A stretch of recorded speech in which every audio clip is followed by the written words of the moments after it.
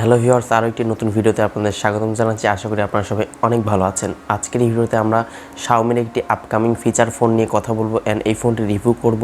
এই ফোনটির স্পেক্স এবং এর কনফিগারেশন সম্পর্কে যদি আপনি জানতে পারেন তাহলে আপনিও আমার মতো অবাক হয়ে যাবেন। তো কী থাকছে Xiaomiর এই QIN F21 Pro এই ফিচার ফোনটিতে জানতে হলে এই ভিডিওটি অবশ্যই সম্পূর্ণ আপনি দেখবেন। আর এই চ্যানেলে নতুন দর্শক হয়ে থাকলে চ্যানেলটি সাবস্ক্রাইব করে আমাদের সাথেই থাকবেন। সো চলুন তাহলে শুরু করা যাক। প্রথমে Xiaomi QIN F21 Pro এই মোবাইল ফোনটির ডিসপ্লে সেকশনে কথা বলা যাক। এখানে আপনারা 2.8 ইঞ্চি একটি QVZ ডিসপ্লে এখানে পেয়ে যাচ্ছেন, যার রেজলিউশন হচ্ছে 460x680 পিক্সেলস। তো এখানে কিন্তু মোটামুটি সাইজের একটি ডিসপ্লে আপনারা পেয়ে যাচ্ছেন এন্ড এটি কিন্তু একটি QVZ ডিসপ্লে এখানে ব্যবহার করা হয়েছে। এন্ড সবচেয়ে অবাক করা যে বিষয়টি সেটা হচ্ছে এই ফিচার ফোনটিতে কিন্তু আপনারা টাচ ডিসপ্লে এবং বাটনের সুবিধা কিন্তু দুইটাই কিন্তু পেয়ে যাচ্ছেন। অর্থাৎ আপনি টাচ হিসেবেও ফোনটি ব্যবহার করতে পারবেন অ্যান্ড্রয়েড ফোনের মতো এবং বাটন ফোনের মতো কিন্তু ব্যবহার করতে পারবেন এই ফোনটি দিয়ে। ফোনটির ব্যাক সাইডে থাকছে একটি ক্যামেরা, যার রেজলিউশন হচ্ছে 5 মেগাপিক্সেল ক্যামেরা এবং এই ফোনটির ফ্রন্ট ক্যামেরা হিসেবে আপনারা পাচ্ছেন 2 মেগাপিক্সেল একটি ক্যামেরা।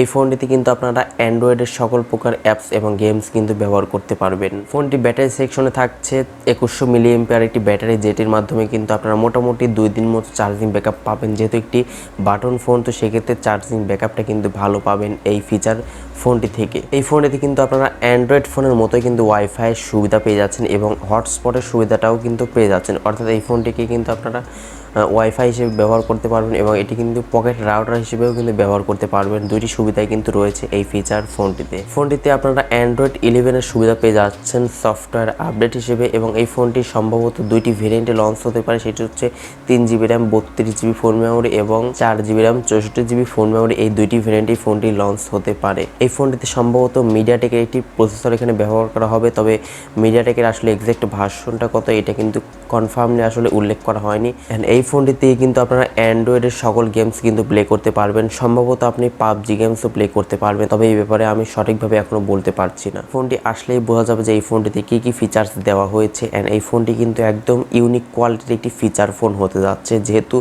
বাটন ফোনেও আসলে অ্যান্ড্রয়েডের সকল গেমসে আসলে সাপোর্ট করবে। সো এটা কিন্তু অনেকটা অবাক করা বিষয়। অ্যান্ড এই ফোনটি বাংলাদেশে আসলে এই ফোনটির প্রাইস হতে পারে সম্ভবত 5000 টাকার আশেপাশে এই ফোনটির প্রাইসটি হতে পারে। সো আসলেই বোঝা যাবে যে কোন প্রাইসে আসলে লঞ্চ হয় ফোনটি। আশা করছি ভিডিওটি আপনাদের ভালো লেগেছে। যদি ভালো লেগেই থাকে অবশ্যই একটি লাইক দিবেন, কমেন্ট করে জানাবেন ভিডিওটি কেমন লাগলো। আর এই চ্যানেলে নতুন দর্শকে থাকলে চ্যানেলটি সাবস্ক্রাইব করে রাখবেন এই সমস্ত নিত্য নতুন স্মার্টফোন রিলেটেড ভিডিওগুলো পাওয়ার জন্য।